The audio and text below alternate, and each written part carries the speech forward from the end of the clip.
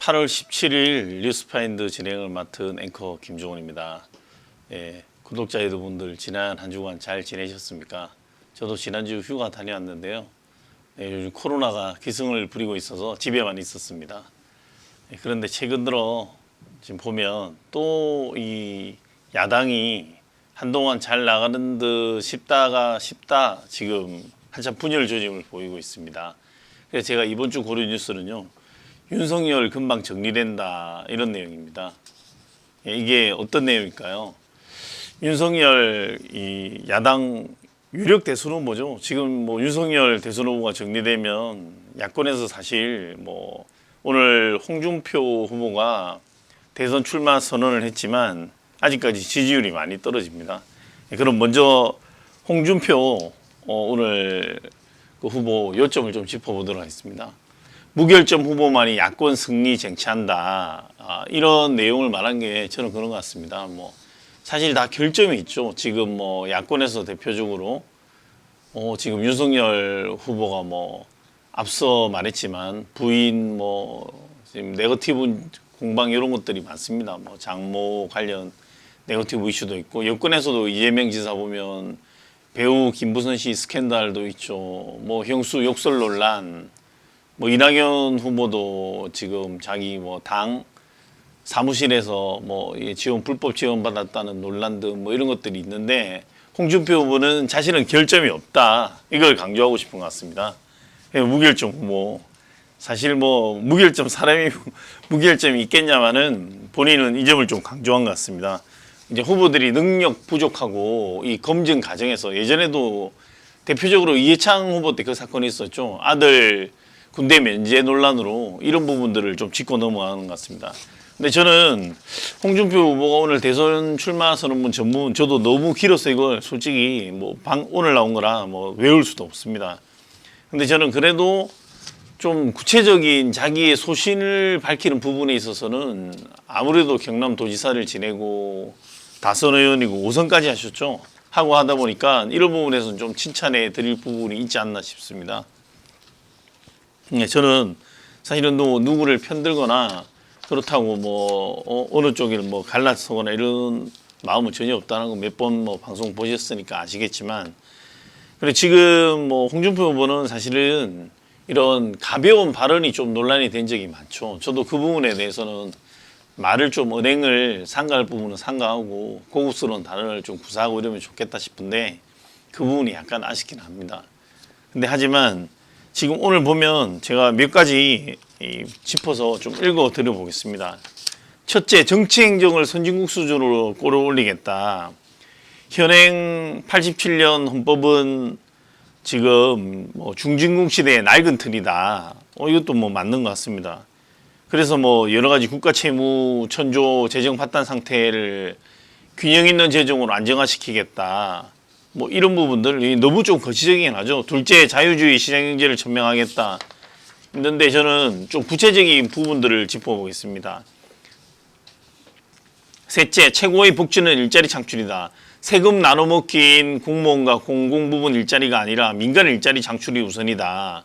그러기 위해서 세제개혁과 불필요한 개혁 규제 철폐, 뭐 잘 사는 국민에게 자유를 주자, 뭐 이런 내용입니다. 넷째, 뭐 무너진 공정을 바로 세우겠다. 여기서 보면 공정만 외치는 것은 국민을 우롱하는 처사다. 공정한 제도 정착을 통해서 공정을 하겠다 해서 현대판 음서제도의 로스쿨, 의학전문대학원 이런 것들을 폐지하겠다. 폐지하고 사법고시를 말하는 거죠. 행시, 외시, 의대를 부활시키겠다. 이 부분에서 사시는 저도 100번 공감합니다. 왜 제가 공감하는지 내용을 알려드릴게요. 원래 로스쿨의 취지는 이런 소위 말하면 사법고시 폐해를 막자는 거거든요. 근데 사법고시는 없는 사실은 누구나 균등한 기회를 가지고 판사든 검사든 법조인이 될 수 있는 꿈을 꿀 수 있는 과거의 이 응시제도잖아요. 시험인데 지금 로스쿨이 어떻게 변형되고 있냐. 그냥 있는 집 자녀들의 꽃놀이패로 그냥 추천해서 가고 뭐 없는 출제장 쓰고 각종 뭐 힘 있는 사람들 추천서 받으면 이 로스쿨 소위 말해가 대학원장이 무시할 수 없죠. 저는 좋은 지적이자 이런 부분 폐가 개선되지 않는다면 충분히 검토할 내용이라고 생각합니다. 이런 게 정책 아니겠습니까? 그리고 교육 인재 선발에 있어서 뭔가 기존에 이런 지금 새로 변혁된 제도가 좋지 않다 이런 것 같습니다. 그리고 국정원 대북 정보 뭐 수사 관련한 기능은 유지하되 해외 분야를 크게 강화하겠다. 또 검찰은 공소 유지를 위한 보안 수사 기능만 유지하고 공수처 폐지하겠다. 뭐 논란됐던 공수처. 경찰은 또 수사 독립을 위해서 한국형 FBI로 만들겠다. 그리고 한미 자유주의 동맹 강화 뭐 이런 것들. 저도 이런 좀 고시적인 것보다는 지금 말한 입시 제도라든지 그리고 본인이 진충 보고하겠다 이런 내용을 했습니다. 제가 짧게 어쨌든 오늘 요지는 무결점 후보만이 야권 승리하겠다. 나중에 뭐 부인 논란 뭐 예를 들어서 이런 것들 내지는 뭐 비리 논란 스캔들 이런 게 없다는 걸 강조하는 것 같습니다. 근데 사실 이런 부분도 그렇습니다. 뭐 대선 후보다 보니까 도덕적으로도 많이 깨끗해야 된다는 데 공감을 하지만 어쨌든 뭐 지난 과거를 갖고 너무 물고 늘어지는 것보다는 새로운 정책에 대해서 이야기하는 게 더 좋다고 생각합니다. 네, 그럼 본론으로 들어와서 왜 이준석 국민의힘 최고위원이 윤석열 유력 야권의 대선 후보가 금방 정리된다는 표현을 했을까요? 이 발언이 오늘 뭐 가장 뜨겁게 달아온 논란이 되고 있습니다. 이 원희룡 의원과 전화 통화에서 녹취됐다고 원 의원이 김재원 의원에게 얘기했다는 사실이 오늘 라디오 방송에서 공개됐다는 내용이 지금 막 한참 나돌고 있습니다. 김재원 의원이 한 라디오 방송에 나와서 원희룡 의원과 통화해서 확인을 했더니 이준석 최고위원이 윤석열 지금 후보가 곧 정리된다. 이런 발언하면서 공정한 선거 관리를 위해야 할 당 최고위원이 이런 발언 취지의 발언하는 것 자체가 문제가 있지 않나 이런 것들이 오늘 많이 비판되고 있습니다. 이 와중에서도 사실은 야권은 지금 언론중재법이 언론사 사주에게 재가를 물린다는 이런 내용으로 지금 악법이란 내용이 많죠. 그런데도 정면 돌파하겠다고 지금 이렇게 하고 있습니다. 이게 왜 이러냐? 사실 지금 그렇죠. 국민의힘이 국회의원 의석만 놓고 보면 저는 무의미하다 할 정도로 그동안 무력했습니다. 서울 부산시장 성추행 사건으로 보궐선거하기 전까지만 해도 사실은 의미가 없었죠. 뭐 어떤 법안을 내놓아도 통과되고 반대의 목소리도 못 겨들지 않습니다. 정말 이게 무기력해서 이게 말 그대로 이게 무슨 독재 정권에서나 일어날 법한 민주주의는 반대 의견도 있고 반대 의견도 목소리를 수렴하고 여당이든 야당이든 서로 어느 정도 일정 부분은 협치하는 모습을 보였죠. 하지만 이 정권 들어서는 사실 그런 부분을 찾아보기 힘들었습니다. 왜? 여당은 사실 서울 부산시장 보궐선거 있기 전까지는 그냥 국민들이 우리 힘을 손을 들어줬다. 이런 의견 주장하면서 무조건 밀어붙였죠. 무슨 일이 있든 간에. 그 일이 잘 됐든 못 됐든 무조건 밀어붙였습니다. 그러니까 결국 어떻게 됐습니까? 서울 부산시장 꼭 성추행 때문에 그런 심판을 내렸을 겁니까? 저는 그렇다고 보지 않습니다. 그동안 이런 일방통행. 그럼 기존에는 언론을 중재할 이런 법안이 없을까요? 출판물의 명예훼손 언제든지 걸 수 있고 언론중재위원회도 있고 여지껏 사실은 우리 100년 역사 잘 돌아왔습니다. 언론에 의해서 뭐 막연하게 피해 본 사람이 있을까요? 이것마저도 재가를 물리려는 언론중재법을 보면 민주당이 내로남불이 아니라 도가 지나치다 못해 이제 진짜 독재를 마지막까지 계약을 저지르려고 하고 있지 않나 저는 이런 생각입니다. 그렇다고 언론이 다 잘했다는 건 아닙니다. 뉴스를 보도하다 보면 분명 잘못된 일도 있을 수 있고 뭐 한쪽에 치우칠 수도 있고 저는 충분히 가능한 일이라고 생각합니다. 하지만 그조차도 현행법으로 가능하고 여러분들은 지금 언론은 다 공정하다고 여기십니까? 저도 언론인이 할 사람이지만 저희 지금 공중파라고 부르는 KBS, MBC든 구조가 어떻습니까? 정권이 바뀌면 바뀐 정권의 수장이 또 수장을 임명하는 이런 구조죠.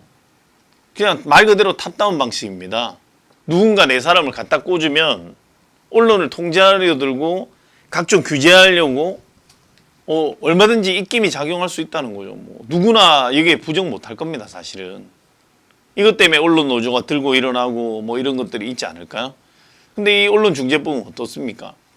기자 개인에게 지금도 충분히 할 수 있는 법안들에 더불어서 언론 사주에 그러면 이런 부작용이 어떻게 생길까요? 이렇게 되면 언론사 사주는 뭐 노로인의 기자 노로인의 이런 보도를 하면 우리 회사에 막대한 손해배상 소송이 들어오기 때문에 뭐 벌금을 가징금을 맞을 수 있기 때문에 나 보도 못해 보도하지 마 탄압할 수 있고 또 반대로 거대 자본을 가진 기업들 이런 기업들에 돈이 없습니까? 본인들한테 불리한 예를 들어서 편법 승계한다 부당 승계한다 아니면 분식회계를 했다 주주들의 돈을 횡령했다 이런 관련해 보도를 해요. 진실된 보도를 해. 그럼 또 입막을 하려고 또 소송 들어가는 거죠. 이 언론중재법이란 걸 이용해서 막대한 손해배상 겁주는 거죠. 수백억 뭐 수십억 할 수 있죠. 또 이런 법을 지금 사실은 그렇습니다. 이 민주주의는 발전해야 되는데 정말 군사정권보다 더하면 더했지 덜하지는 않은 것 같아요. 이런 사고를 하는 것 자체가. 왜? 지금 이들이 목적은 그거예요. 기존의 언론들이 본인들 말을 안 듣는 것 같으니 대선 앞두고 빨리 재갈을 물리려고 하는 거예요. 이 속내를 들여다보면 뭐 뒤에 문체부도 있고 법사위 소위에서 내주고 나면 문체부도 마찬가지죠. 지금 야당 의원한테 넘어가고 나면 자기들이 이런 법 마음대로 통과 못 시킬 것 같으니 속전속결로 빨리 해버리려고 이거랑 보니까 오늘 수술 CCTV 뭐 요구하던데 언론중재법이랑 뭐 전혀 제가 볼 때는 이 자체는 정말 이 사람들이 제정신일까 싶을 정도로 저는 정말 비판받아야 되고 역사가 훗날도 비판해야 되고 정권이 바뀌든 바뀌지 않든 이분들은 대역죄인이 돼야 된다고 저는 생각합니다. 지금도 얼마든지 언론에 재갈 물릴 수 있습니다. 이런 정말 정말 나는 이런 썩어 빠진 생각은 안 했으면 좋겠습니다. 그리고 이준석 의원도 최고위원도 저는 조금 이런 발언들을 물론 과거에 했던 발언들이 나오고 있지만 좀 자제해야 된다고 생각합니다. 지금 아까도 서울시장, 부산시장 보궐선거 이야기 나왔지만 그 전까지 정말 무기력하지 않았습니까? 다시 그 무기력한 모습으로 돌아가고 싶습니까? 지금도 최근 들어 지지율 빠지고 있다는 뭐 내용들 다 말하지 않아도 나오고 있습니다. 왜 개인적으로 그러냐? 제가 분석을 해보면 뭐 말은 깁니다. 뭐 이렇게 내용을 다 말할 것도 없죠. 이런 취지로 들었다 언론 보도와 관련해서 뭐 김재현 의원이 금방 정리될 거다. 당 대표가 지지율 1위 후보를 공격하는 것 공격하다 못해 이런 말한 게 정권 교체를 헌신해야 하고 그것이 유일한 사명이자 소명인 뭐 이런 당 최고위원이 될 일인가? 저는 이걸 떠나서 욕심인 것 같아요. 이미 지금 윤석열 후보 측에 줄 서 있는 일부 의원들이 있죠. 그리고 마찬가지로 뭐 이준석 최고위원이 임명한 뭐 당 수뇌부가 있을 겁니다. 그게 왜 욕심이냐? 이준석 최고위원은 알겠지만 뭐 토론 배틀이라든지 토론을 통한 경선 후보들 다 나와서 뭔가 토론해서 뭐 좋은 의견 국민들에게 어필하고 이런 분이 올라가야 된다. 근데 또 윤석열 지금 뭐 후보 입장에서는 그런 생각이 들겠죠. 왜 내가 하려는 패턴이 있는데 말이야. 뭐 나의 스텝이 있는데 네가 왜 이래라 저래라 하는 거야. 왜 빨리빨리 나오고 협의도 안 하고 마음대로 일정을 잡아버리고 뭔지 하기로 했냐. 이미 지금 다 일정은 어그러졌습니다. 최고위원회를 열고 뭐 국민의힘이 18일 날 토론회는 이미 취소됐고요. 25일 토론회는 비전 발표회로 대체하기로 했습니다. 약간 한 발씩 양보하는 모습이죠. 저희가 뭐 상식적으로 예측할 수 있지 않겠어요? 뭐 이준석 최고위원 입장에서 내가 나이가 어리지만 뭐 국민의힘 최고위원 아닙니까? 어쨌든 국가 의전 서열 5위 정도 되는데 말이야. 왜 내가 말하는 사사건건 말이야. 자기 지지율 높다고 내가 말하는데 반대하는 거야? 이런 의견이 있을 수 있을 것 같아요. 본인 생각에. 제가 뭐 마음에 들어가 보지는 않았지만 이런 마음이 있을 것 같아요. 우리 당을 무시하는 거야? 내지는 나를 무시하는 거야? 물론 사실 윤석열 뭐 전 총장 입장에서도 그렇겠죠. 뭐 나이도 어린 친구가 말이야. 응? 뭐 무조건 일방적으로 나한테 오라 가라 이래. 근데 이 부분에서는 저는 그렇습니다. 뭐 이런 마음이 아니었으면 좋겠습니다. 만약에 이런 마음이었더라도 아니 당 하나 통치를 못하고 당 하나 규합이 안 되는데 어떻게 나라를 통치를 하겠습니까? 우리 뭐 가와만사성이라는 말이 있습니다. 가정이 화목해야 모든 것이 만사가 성하다 이루어진다 이런 말 아니겠습니까? 당 내부도 단합이 이렇게 안 되고 파열음을 이렇게 자꾸 내보내면 여권에서는 그렇겠죠. 그거 봐라. 국민의힘 오합지졸이다. 역시 안 돼, 니네들은. 이 빈틈을 타고 또 지지율 오르고 있죠. 여권 지지율이 약간씩 더 오르고 있습니다. 이런 파열음이 나오면 안 되겠죠. 저는 아주 어찌 보면 간단합니다. 조금씩만 양보를 하면 돼요. 조금씩만. 크게 양보할 필요는 없습니다. 그러면 날짜를 다시 한번 조율해보자. 물론 뭐 밑에 비서실장이라든지 수뇌부라든지 각 당의 캠프에서 서로 간에 의견이 다를 수 있습니다. 근데 뭐든 욕심내면 안 하니 못한 거 아니겠습니까? 그리고 오늘 제가 당부드리고 싶은 건 초심을 잃지 말고 윤석열 전 총장이나 그 캠프 측이나 이준석 최고위원이나 초심을 잃지 않았으면 좋겠습니다. 둘이 이렇게 자꾸 파열음 내고 뭔가 뭐 토론한 일정에서 이렇게 파열음 내고 누구한테 줄 섰다 편파적이다 그러면 이걸 바라보는 국민의힘 지지자들은 어떤 마음이 들 것 같습니까? 야 이것들 안 되겠네. 왜 이러지? 지지자를 바꿔볼까? 지금 안철수 뭐 후보와도 지금 뭐 합당도 결렬됐죠. 이 결렬된 부분에서도 물론 뭐 여러 가지 설이 있겠지만 국민의힘이 너무 안철수 대표를 몰아붙였다는 이런 의견도 나오고 있습니다. 뭐 속값을 치러준다, 뭐 이렇게 좀 소위 말하면 평가전화했다는 거죠. 안철수 후보가 옛날만큼 힘은 없겠지만 그렇다고 같이 따로 나왔을 때 전혀 뭐 지지세가 없는 건 아닐 겁니다. 이런 부분들 다 지금 다 한 발만 양보하면 되죠. 그러면 조금만 늦춰줘라. 내가 곧 토론회에 나갈게. 오늘 또 그런 내용도 나왔습니다. 윤석열 후보 측이 토론회 앞으로 적극 참여할 거라고. 경선이 시작되면 적극 참여하겠다. 또 이준석 뭐 당대 최고위원도 지금 여러 가지 그런 의견을 반영해서 지금 좀 미루고 아까 말씀드렸듯이 18일, 25일로 미루고 25일도 토론회가 아니고 비전 발표회로 바꾸고 이렇게 지금 나오고 있지만 어쨌든 공정성 논란이라든지 어찌 보면 이 파열음, 이 콩가루 집안으로 비칠 수 있는 거죠. 자기 집도 콩가루인데 어떻게 나라를 다스립니까? 예, 그래서 오늘 앵커 오른 오늘의 한마디는 과유불급입니다. 네, 뭐든지 지나치면 안 한 것만 못하다고 생각합니다. 이 과유불급을 다시 한번 생각하시고 초심에서 생각하십시오. 더 이상 제가 볼 때는 이런 파일음들이 밖으로 흘러나오면 좋지 않다고 생각합니다. 뭐 누구든 둘 다 마찬가지겠죠.